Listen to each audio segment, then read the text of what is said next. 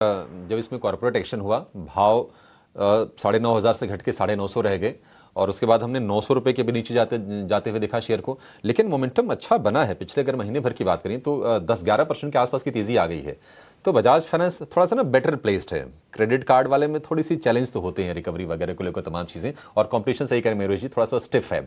Bajaj finance एक आकर्षक बेट है, थोड़ा प्रॉक्सी प्ले है अगर इसी स्पेस में आपको कुछ लेना है तो। मेरे जी बहुत शुक्रिया आज आपका समय देने के लिए और तमाम शेयरों पर बहुत ही गहराई से अपने विचार रखने के लिए, हमारे दर्शकों की कमाई बढ़ाने के लिए और उनका ज्ञान वर्धन करने के लिए भी बहुत शुक्रिया। आगे बढ़ते हैं।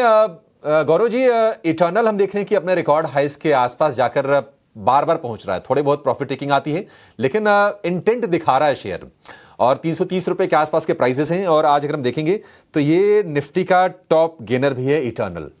इटर्नल में नई तेजी करनी है, आपको लग रहा है कि एक्साइटमेंट बढ़ने वाली है शेयर में?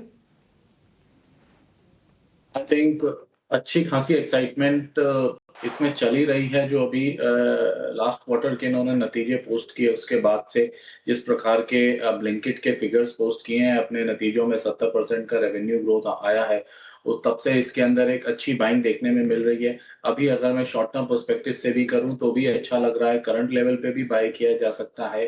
तो अगर 2-4 दिन के ट्रेडिंग पर्सपेक्टिव से भी करना चाहें तो भी स्टॉप लॉस छोटा ही रहेगा और उसके हिसाब से बाइंग पोजीशन बनाई जा सकती है। चैनल पर लगातार फोकस है और इस पर लगातार एक्सपर्ट के कमेंट्स भी आते हुए ब्रोकरेज नोट्स भी आए थे पिछले दिनों। प्लेटफॉर्म फीस में भी इन food delivery space both eternal and Swiggy ने बढ़ोतरी की, जिसके ठीक बाद हम देख रहे हैं ब्रोकरेज रिपोर्ट्स के दम पर भी ये एक्शन में है, लगातार फोकस रेडार पर है। ऑयल रिफाइनिंग काउंटर्स पर कुणाल एक टेक आपसे जानना चाहूंगी। चेन्नई पेट्रो के स्टॉक को देखें, करीब 4% की तेजी के साथ ये स्टॉक ट्रेड करता हुआ, और इसके साथ साथ MRPL पर भी एक बार नजर डालते हैं। चेन्नई पेट्रो में 750 के लेवल्स हैं और 4% की मजबूती नजर आ रही है।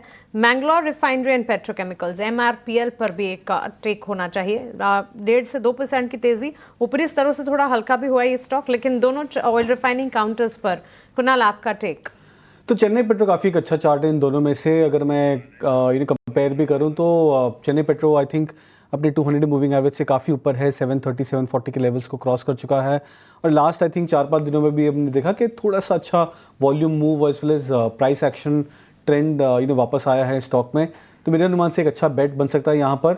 और हम एक्सपेक्ट कर सकते हैं कि करीबन 4 से 5% का और अपसाइड रह सकता है, जो लगभग 35 से 40 रुपये हो सकता है stock price from current levels. MRPL हालांकि एक स्टॉक है जिसपे अभी भी शायद थोड़ा सा मुझे ऐसा लग रहा है कि दबाव या प्रेशर भी बना रहेगा, बिकॉज स्टॉक अपने लॉन्ग टर्म एवरेज के नीचे ट्रेड कर रहा है। लास्ट 3 से 4 वीक्स में भी स्टॉक ने एक अच्छा करेक्शन देखा था। 155-50 लेवल से 125-120 के आसपास स्टॉक ने एक बेस बनाया। तो मेरा ऐसा मानना है कि शायद थोड़ा सा टाइम ले सकता है, एक रेजिस्टेंस प्ले आउट कर सकता है। बट अगर अपने 200 मूविंग एवरेज को क्रॉस कर जाए स्टॉक, 134 का लेवल है, तो मेरे अनुमान से एक अच्छा मोमेंटम बन सकता है। तब तक के लिए मैं वेट करूंगा। ओके।